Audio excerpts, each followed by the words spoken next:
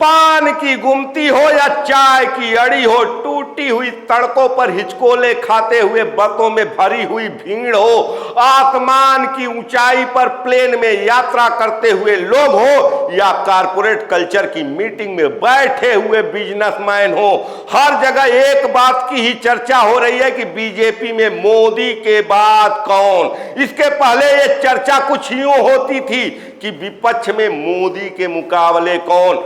भाजपा के नेता विपक्ष से सवाल करते थे कि विपक्ष में मोदी के मुकाबले कौन सा चेहरा है, लेकिन लोकसभा 2024 के चुनाव के ठीक पहले अंतरिम बेल पर जेल से बाहर आए आम आदमी पार्टी के संयोजक और दिल्ली के सीएम अरविंद केजरीवाल ने एक नई बहस को जन्म दे दिया।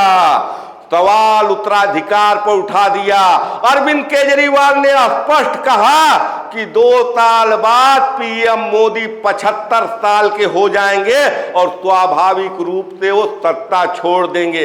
ऐसी स्थिति में उनके उत्तराधिकारी के रूप में अमित शाह पीएम की कुर्सी पर बैठेंगे और इसके लिए भारतीय जनता पार्टी उत्तर प्रदेश के सीएम योगी आदित्यनाथ को निपटाने जा रही है। अब सबसे बड़ा सवाल यही उठ गया है कि ये 75 साल का नियम आया कब, इसको कौन लाया।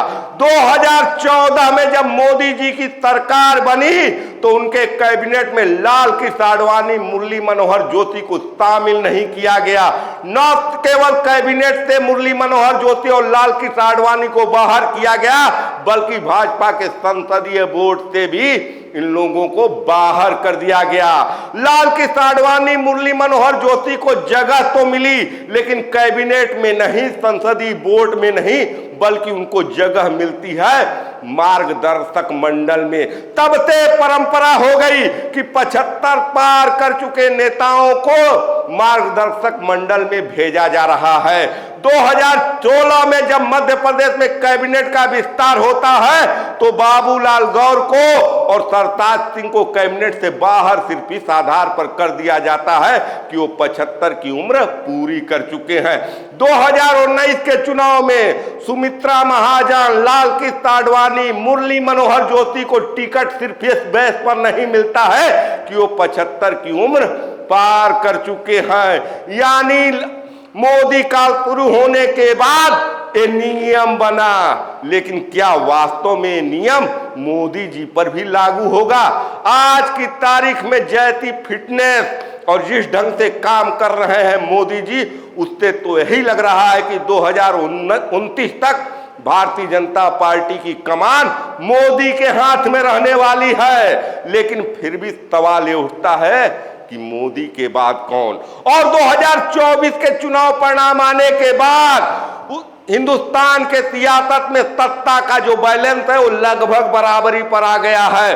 विपक्ष जहां मजबूत हुआ है वही सत्ता पक्ष कमजोर हुआ है। और कहा यह जाता है कि जब भी भाजपा कमजोर होती है तो भाजपा में संघ की भूमिका बढ़ जाती है। ऐसी स्थिति में क्या संघ मोदी के उत्तराधिकारी की तलाश कर रहा है?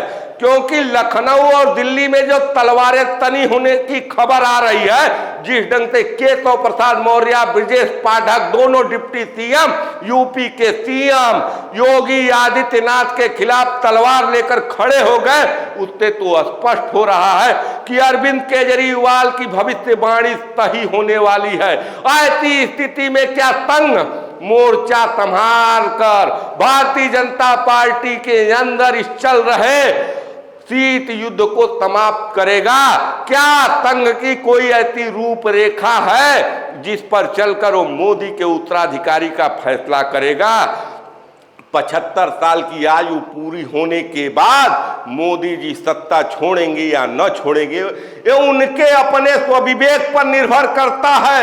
लेकिन कहीं न कहीं संघ की जो तरीका रहा है काम करने का, लंबे समय के लिए प्लानिंग करने का, कहीं न कहीं एक लंबे समय को देखकर मोदी के उत्तराधिकारी की तलाश संघ में भी जारी है। लेकिन क्या वो चेहरा अमित शाह होंगे? क्या अमित शाह के नाम पर भारतीय जनता पार्टी का हर एक राज्य का संगठन हामी भर देगा या संघ के बड़े बड़े नेता उनके सर पर हाथ रख देंगे?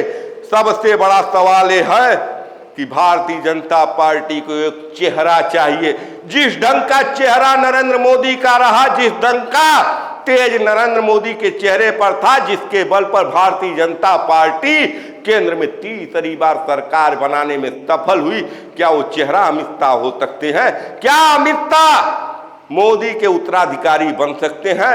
इस पर संशय है, क्योंकि रेस में कहीं न कहीं जिस हिंदुत्व की राजनीति भारतीय जनता पार्टी करती है, उस हिंदुत्व के सबसे बड़े चेहरे उत्तर प्रदेश के सीएम योगी आदित्यनाथ भी लाइन में लगे हैं।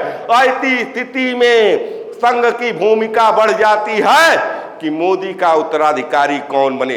आपको क्या लगता है, आप किसे मोदी के उत्तराधिकारी के रूप में देखना चाहते हैं? और क्या मोदी का उत्तराधिकारी तय करने में मोदी जी की भूमिका रहेगी या संघ की भूमिका रहेगी? इस पर अपने राय विचार कमेंट कर हमें जरूर बताएं।